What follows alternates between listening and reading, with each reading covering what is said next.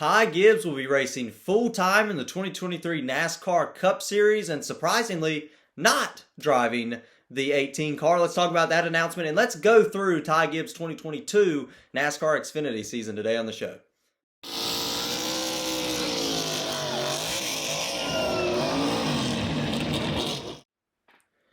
Hello everybody, welcome to Dirty Air. I'm your host Alex Lambert and let's talk about Ty Gibbs going full-time cup racing in 2023. It was announced today. I'll read the tweet from Bob Pockrass. Joe Gibbs Racing announces it will elevate Ty Gibbs to full-time Cup Series competition next season, 2023. He will drive the number 54 Cup car. Joe Gibbs Racing will not use the number 18 for at least 1 year. Chris Gale to crew chief that 54 machine. Sponsors are to be announced, but Monster Energy and Interstate Batteries are expected to continue their sponsorship with Joe Gibbs Racing and Ty Gibbs going into the 2023 season. So a few things to digest from this tweet here from Bob Pockrass. I want to kind of go through each little bit of this. So I think we all kind of knew, it was one of the worst kept secrets, I guess is a way you can explain it, that Ty Gibbs was going full-time cup racing, replacing Kyle Busch, right? I mean, the 18 crew will not be with Kyle Busch next year. And it was most likely that it was going to be Ty Gibbs replacing that seat. There really wasn't any other prospects that we thought would replace Kyle Busch with that fourth Joe Gibbs Racing spot as Kyle Busch is moving over to RCR. But I think I am a bit surprised, and I think a lot of people are surprised that they will not be using the number 18 for at least 1 year. Bob Pockrass says in his tweet that it will be for a year. I don't know if that's just 1 year, then maybe they would move Ty to the 18 or move another driver to the 18, or if that could be for a few years, maybe a few years till a new prospect or new driver comes in. I know Joe Gibbs has a few guys that are getting up there in age, maybe getting closer to the end of their career than they are at the beginning of their career.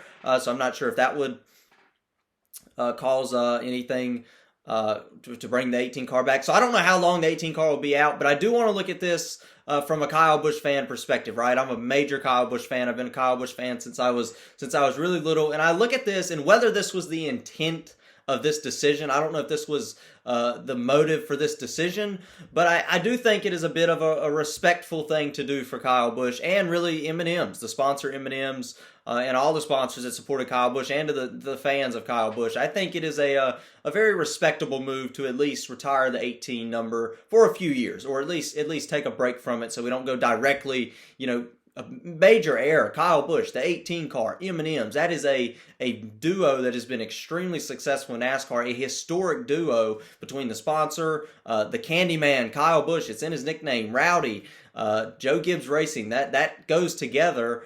And it's a shame that it ends after 15 years, but what they were able to accomplish, Kyle Busch won 56 races in that time span, that 15-year time span. A couple of seasons with 8 career victories in just one season. He got the most wins in the 2010s throughout any driver. That includes Jimmy Johnson winning championships in that decade. I believe he won 3 in that decade. That includes Jeff Gordon was still racing. Tony Stewart was at the end of his career in that decade. Kyle Busch won the most races in the 2010s in that decade. The most winningest driver in the NASCAR Cup Series. That's impressive, not to mention the 2 Cup titles, 2015 and 2019. So super impressive run for Kyle Busch in that 15-year era with M&M's or Mars Corporation and the 18 Toyota, right? So I think it is a bit of a respectful decision to take the 18 car off track, at least for a few years. Let fans get used to seeing Kyle Busch outside the 18 car. Let fans get used to seeing Kyle Busch in a number 8 RCR Chevrolet, as he is one of the more polarizing, but also one of the more well-known drivers in the NASCAR Cup Series. So I did want to mention that. I do want to mention that Chris Gale will be the crew chief for the 18 or for the 54 team next season, and not Ben Bayshore. So it'll be interesting to see what they decide to do with Ben Bayshore moving into the 2023 season. Didn't have the most success with Kyle Busch, one of the better drivers in the garage area. Don't know what what Joe Gibbs will decide to do with the crew chief, the former crew chief of Kyle Busch.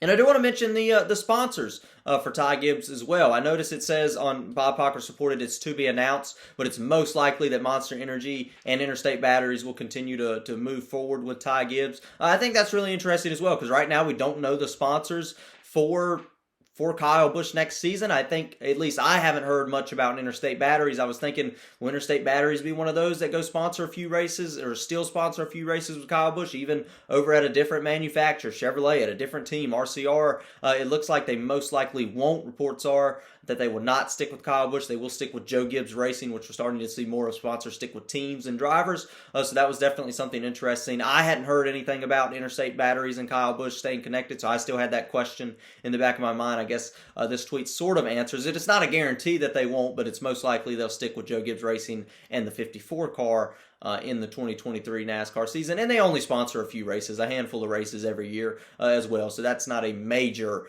implication whatsoever. At least not as big an implication as M&M's leaving, obviously. Then, of course, you have Monster Energy. They've been loyal to Ty Gibbs, one of the more loyal sponsors in NASCAR. They stuck with Kurt Busch through many teams. I think through 3 or 4 teams, they continued to sponsor Kurt Busch everywhere he went, with the Monster Energy girl standing around him, the Monster Energy motorcycles outside the racetrack. Monster Energy is really into NASCAR right now, and they actually sponsored the NASCAR Cup Series. They were the title sponsor for a few years. I believe it was 3 years as well. So Monster Energy is still very involved in NASCAR. Seems like they're going to be very involved with Ty Gibbs as well, at least for the years to come, as they followed him all throughout the Xfinity season this year. And then, of course, it looks like they're going to follow him into the Cup Series and stick with Toyota, at least in this time, Joe Gibbs Racing. So that'll be interesting to see as well for the 54 car for Ty Gibbs in 2023. Now, I do want to go through Ty Gibbs' impressive 2022 NASCAR Xfinity Series season. You know, I get up here every week after the race, or well, not right now during the offseason, but during the NASCAR Cup Series season,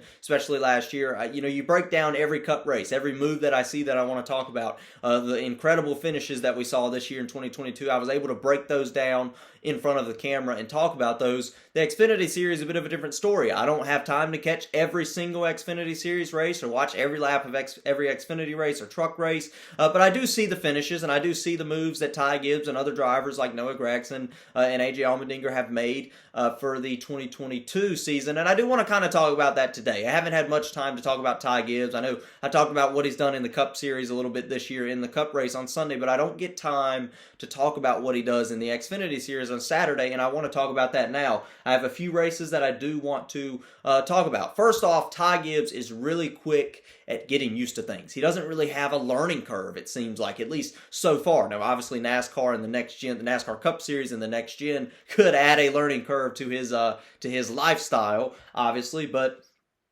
he won his first ever Xfinity race. Ty Gibbs' first ever Xfinity start at the Daytona Road Course back in 2021. Ty Gibbs was able to win that race. He won 4 races in 2021, and he won 7 races this season. And look, I think he has the talent to at least move up to the Cup Series. The main concern will be, can he control his emotions? We saw that in the Cup side where he didn't do quite as good a job taking care of his emotions, and we saw that in the Xfinity side as well. And I think those things will come with age. I think he will mature a little bit as we continue to move forward. I'm not saying what he done on a few occasions this year was acceptable, but if we don't continue to see it, at least going into next year, I think we can definitely start to appreciate the talent that Ty Gibbs had instead of not appreciate the moves that he makes on the racetrack in a couple of instances. I do want to go back to, I want to look at a few races this season. Once again, like I said, he got 7 wins this year, first at Las Vegas. I want to look at his Richmond win because he bumps teammate out of the way, but I remember watching this race and thinking, that is a fair move. He raced him hard. It's a short track. Give him a little bump. Give him a little bump on the rear end. Run him up the racetrack a little bit. I thought that was more of a fair move. On a teammate, you could argue that it's not. That's arguably fair, arguably not fair, but overall he did what he needed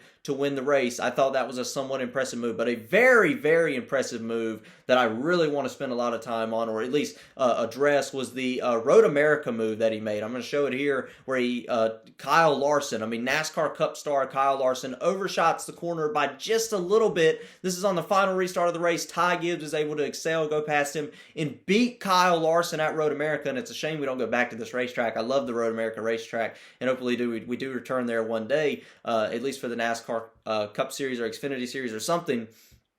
But that was really impressive to me, and I think that moment right there, like I said, I haven't had time to talk about this in front of a camera. I think that moment for Ty Gibbs was extremely impressive. How he was able to get around a driver and drive the last 2 laps at a 4-mile road course up in Wisconsin perfectly to pass NASCAR Cup champion Kyle Larson. Kyle Larson has 13 NASCAR Cup wins in the last 2 seasons, 3 of those coming this year, 10 of those coming in 2021, and then, of course, winning that championship in 2021. So, extremely talented Kyle Larson. I consider Kyle Larson a super talented driver. I think everybody does, and it is certainly impressive to beat him at a road course like that. And I think that was one of the really defining moments for me, at least, watching that.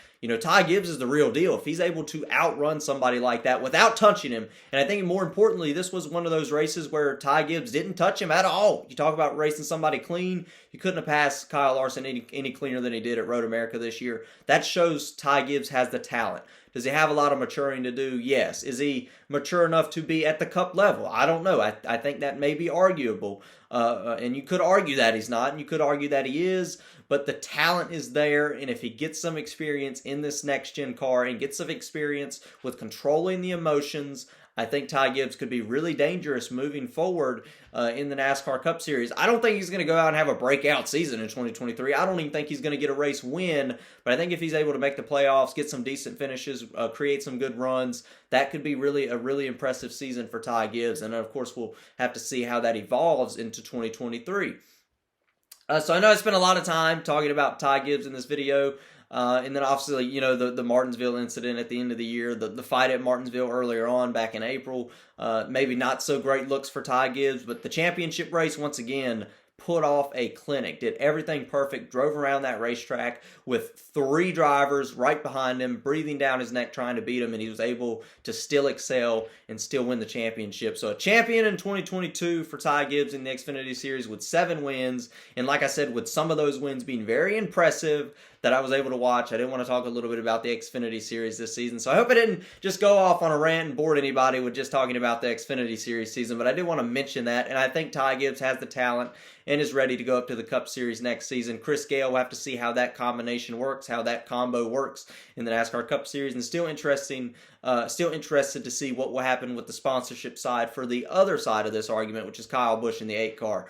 So I'm a big fan. Hopefully Kyle Busch has a good season. Like I said, I'm going to talk a little bit more about that as we get closer to the Daytona 500 in 2023. But that's it. That's really all there is to talk about. After the announcement today by Joe Gibbs Racing. And of course, let's get rowdy.